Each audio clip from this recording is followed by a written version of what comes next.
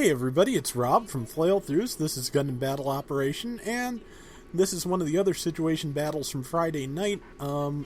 This is the Zeonic Front stage, which is a Gundam Mudrock and a bunch of varied gyms, as I recall, versus a Dom Heavy Weapons, what are the other ones?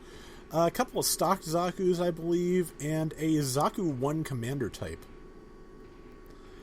And, oh yes, and a Zaku Heavy Weapons type, the HC, which... that's pretty much the linchpin to playing Zeon on this. If you get a good Zaku HC player, you can win. You can win no problem.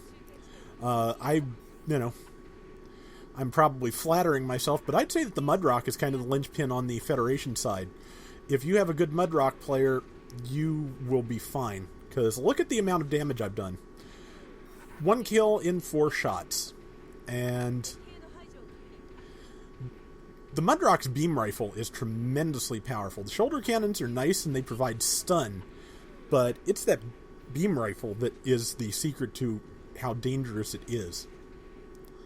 And basically, the best thing to do is take a shot with the shoulder cannons, take a shot with the beam rifle, whether they all hit or not. But yeah, I've got 2 people on me. Only one of them has the ability to stun, but that's dangerous enough. Missed them both with my beam rifle. He managed to get a good timing on that. I missed my tackle again, at which point I call for help because I feel like I could have handled these guys if I got better, if I managed my tackles better, but I just ran out of shoulder cannon ammo. It needs some time to reload, and I'm kind of stuck. So... hit him with grenades. Again, he's good at using the tackle to avoid damage. Hit him with a side slash, and that did it. So, rifle is ready, and the whole team did come over and help, and I appreciate that greatly.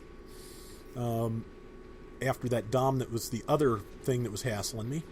It's nearly dead, so if I can just get another shot off on it. I should have just used the beam rifle, but it takes forever to recharge if you redline it, so... kinda didn't want to, but the tackle was enough. Which, since Federation mobile suits don't tend to have strong tackle, is, just serendipity. Just waiting for a good shot with the beam rifle, hit it in the feet, which stunned it. Was trying to say shot it in the back, but the words would not come out, so pardon me. And... I'm not sure if I don't think I shot that person on purpose, because I sure didn't mean to, but... and they've captured our checkpoint on this side of things, but we seem to be capturing their checkpoint on the other, so... it all comes out the same. But they're recapturing the checkpoint we captured, which is problematic. There's really no way a mobile suit can shoot at that. I think there might be a hole from above, which is what I was going for, but I don't have anything that would work on that. You'd need a grenade, and... Mudrock has a lot of things, but grenades is not one of them. And then I realized I was in the middle of everything, letting their Zaku HC take pot shots at me, and this was bad. So it was time for me to take pot shots at it. Or whatever else presented itself, which in that case was that Zaku. Which again, I wonder if it's that same person, because they were really good at using their tackle to mitigate damage. Luckily, I had someone right behind me trying to, it was Andrew, trying to cover me, and it was much appreciated. So right now I'm just trying to get shots in because I know I'm about to die. And I was hoping to get some more damage in before I did. I did okay, but again, I definitely earned my keep there because I got, 2-3 kills before they dropped me? So that's a good use of a Gundam Mudrock, for sure. I had a little bit of indecision here, because I could go into E, and I could be right up against that Zaku HC again, which could be very dangerous to drop into. Or I could spawn at A, which gives me some room, and since the Mudrock's shoulder cannons and beam rifle both have tremendous range, it would probably be a better move, because that gives me a little bit of time to maneuver and get myself into a good place to fight from. So that's what I decided to do, because... yeah, I can fight at range in the Mudrock very easily. Fighting up close I can do, but it's not as easy, so better to come back here. Gives me a little bit of time to assess and look at how much of a swarm there is. If I had come in at E there, that would have been bad news. And here comes... I'm very aware of that thing behind me because I don't want to get jumped. It just came up the ramp. It is the heavy Dom. And now I just need to shoot it before it shoots me. Didn't quite get it done. But luckily, Andrew had my back again. Thank you. And that's it. It's done. Between him and me, we got it that quick. And as you can see, the team's doing pretty well against the rest of them. It's just time to try and back them up now that my short-term hassles have been dealt with. Hit the hump there instead of the enemy. Killed that. Unfortunately stunned one of our people. Apologies. Just trying to get that heavy Zaku before it causes too much trouble. And did finally redline the beam rifle. That complicates things for the Mudrock.